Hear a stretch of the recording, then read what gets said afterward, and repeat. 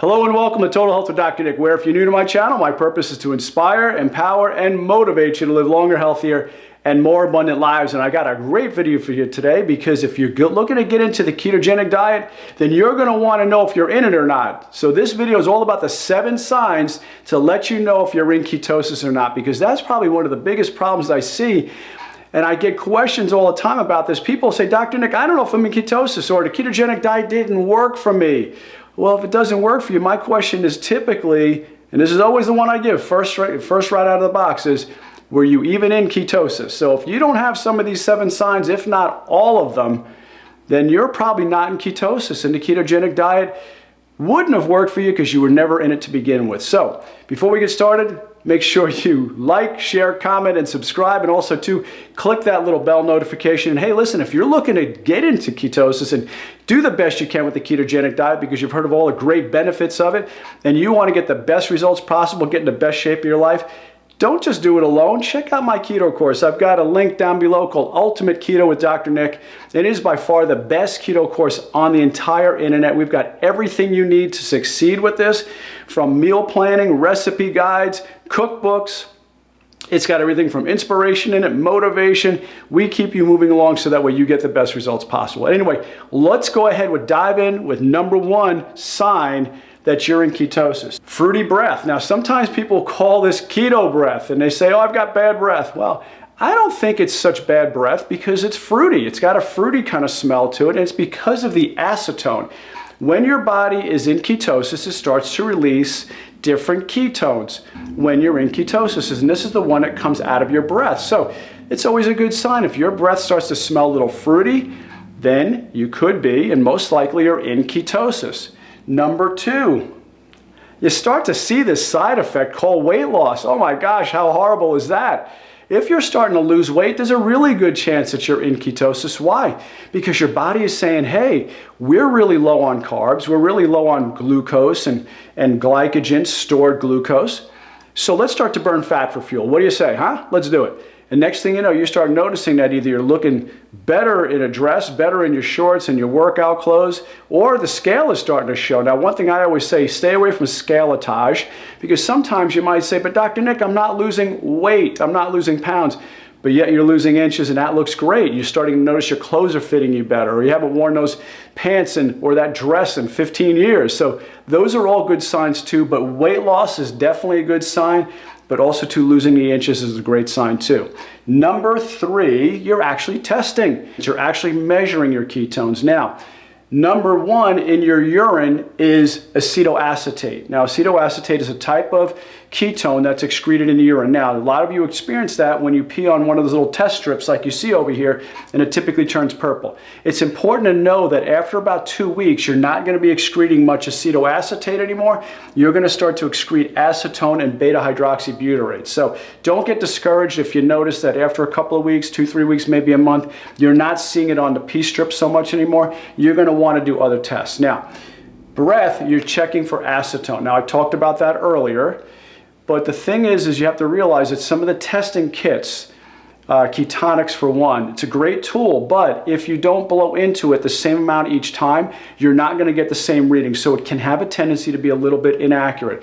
I believe the best thing we could do is always test the blood, because the blood, you can't change that. The blood is the blood. So when you're testing it, we're typically pricking your finger, putting it on a test strip, and then the meter is reading it. The one I recommend, and I'll put the link down below for it, is by far Keto Mojo. It's got the best tester, the best meter. But not only that, their test strips right over here, their test strips are by far the cheapest you're going to find anywhere. These test strips are typically $3 a strip. So if you're testing ketones every day, it adds up, okay? You don't need to be spending $100 on strips a month just because you're testing your ketones. Keto Mojo strips are 99 cents. They are by far the cheapest anywhere on the internet. So that's the one I recommend. And once again, I'll put the link down below for that. Number 4, wouldn't it be horrible if you just were never hungry on a diet? Well, that's one of the great signs when you're on a keto diet is appetite suppression. Turns out that your body, when it's running off of fuel, or for fat for fuel, it's a whole lot more satiated. When you're running on glucose for fuel, you're not satiated at all. That's why you typically get hungry all the time. I mean, you get ravaged. Calorie restriction is one of the biggest reasons why people yo-yo in their diets, because they're just trying to cut the calories. Next thing you know, their set point is lower, and now your body is trying to burn fat at a lower set point, and it keeps getting lower and lower. It's one of the biggest problems on The Biggest Loser. They had these people down to lower calories than they'd ever consumed in their life, and then when they went back to the real world, they couldn't maintain that. And when you can't maintain that and your set point is in the wrong range, next thing you know, no matter how low you go in calories, your body's not going to burn the fat for fuel like it's supposed to. So why do that? Why put it through that kind of trauma? Instead, switch over to the ketogenic diet to where you're satiated all the time. There's times when I come home at night, I'm not even hungry because I've eaten so well during the course of the day. I've got enough fat in my system. My body's still burning fat around here that I'm not hungry at all. There's also a hormone called ghrelin. Ghrelin is your hormone that's in your stomach. And when your stomach gets empty, it signals a message up to your brain. It says, hey, I'm hungry, we need food. So next thing you know, your appetite is increased again. And ghrelin is your appetite hormone. It makes your hunger hormone. It makes you want to eat again. So if your body has got less ghrelin secreted, you're not going to be hungry so much. So that's one of the great reasons why you want to do the ketogenic diet, because of that reason alone, for satiation and not being hungry all the time. Mental focus is number 5. Guys, I talk about this all the time. Your brain runs extremely well off of ketones. It runs okay off of glucose too, but a whole lot cleaner off of ketones. You're going to notice if you've got better mental clarity. Now, you might not notice it right off the get-go. As soon as you start the ketogenic diet and your brain is used to burning sugar for fuel or glucose, you're not going to notice this right away. In fact, you might have some brain fog initially. But in a few days, it usually takes about 3, you start to notice mental clarity that you never had before. You start to go, wow, this is amazing. I'm thinking very clearly now. I don't have the ups and downs like I normally would. You know, midway through the day, you're still in business meetings and you're sharp and focused, where normally you'd start to get some brain fog and thinking, I better go to the break room and get some coffee and a muffin because I'm starting to crash. You don't have that with this. Your brain runs extremely, extremely efficiently off of ketones, much better than it does sugar. So you have much better, fuel for your brain. Number 6, same reason, increased energy. So if you have more energy than you had before, I hear people telling me this all the time in my practice, and people from my keto course, they'll say, Dr. Nick, I'm normally crashing by the middle of the day. I'm normally looking for something around 4 o'clock.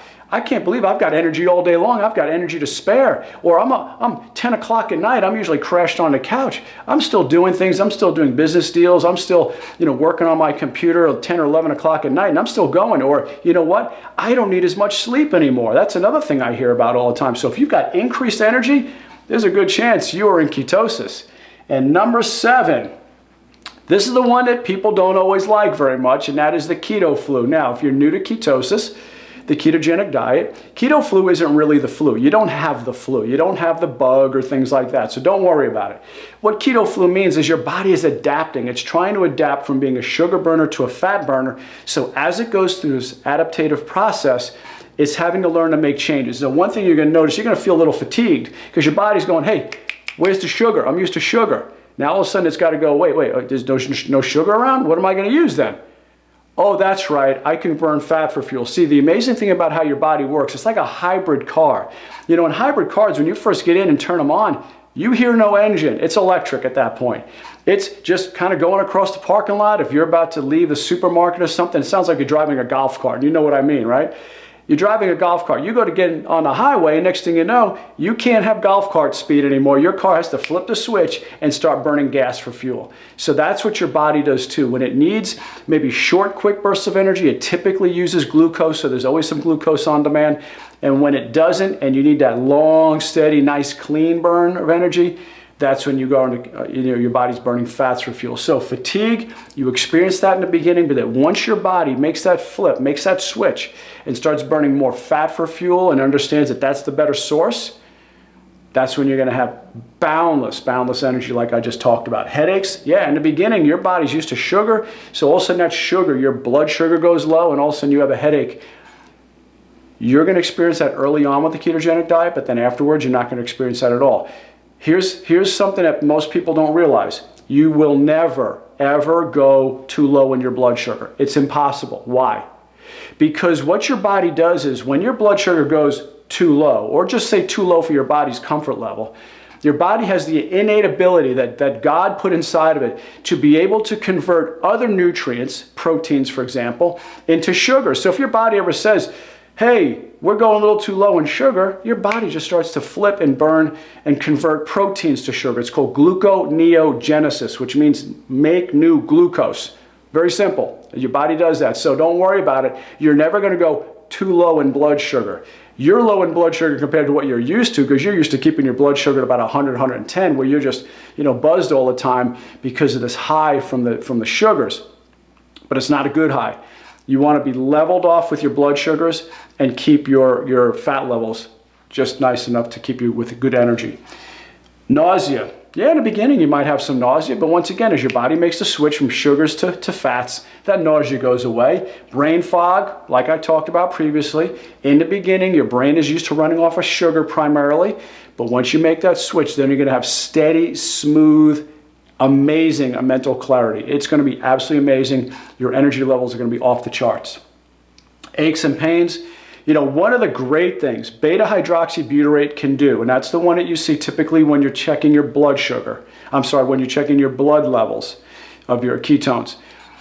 Beta hydroxybutyrate is fantastic for joint health. So aches and pains start to go away, and I hear this all the time from my subscribers, my viewers, and people taking my course. They'll always say, you know what, since I've been doing a ketogenic diet, I don't hurt so much anymore. My back pain is gone, or this pain is gone. So I hear this all the time. And constipation. Now, constipation happens because when you're on a ketogenic diet, you're not taking in, of course, as much carbs. Carbs hold about 4 grams of water per gram of carbs. So you typically hold more water. So when you're taking in carbs, your body holds water, your body retains it, and so that you don't have so much constipation. Your body's going to be constipated if you're not doing a ketogenic diet correctly. Drink plenty of water. Make sure you're getting lots of vegetables. Hey, listen, this isn't a swine and cheese party. I always joke about that. This isn't just about eating cheese and bacon. That's not the ketogenic diet. Clean keto is about high quality fats, high quality proteins, making sure you're getting plenty of vegetables, some berries and things like that, nuts. All these foods contribute. The vegetables are going to give you plenty of fiber, and there's water in it, plus drink lots of water. Take your electrolytes, and you will avoid the constipation. In fact, if you take electrolytes, you can avoid a lot of this keto flu. So that's one of the things I always recommend to people when they're experiencing keto flu, is to make sure they're getting plenty of electrolytes. And we provide our patients with that too. Well, anyway, guys, make sure you like, you share, you comment, and subscribe. Not only that, if you like this video, you make sure you watch these other videos. So don't go away. Check these out. You will love these other videos. And once again, if you're looking for more information, check out my course in the link below. This is Dr. Nick. I love and appreciate you, and I'll see you on the next video. Bye-bye.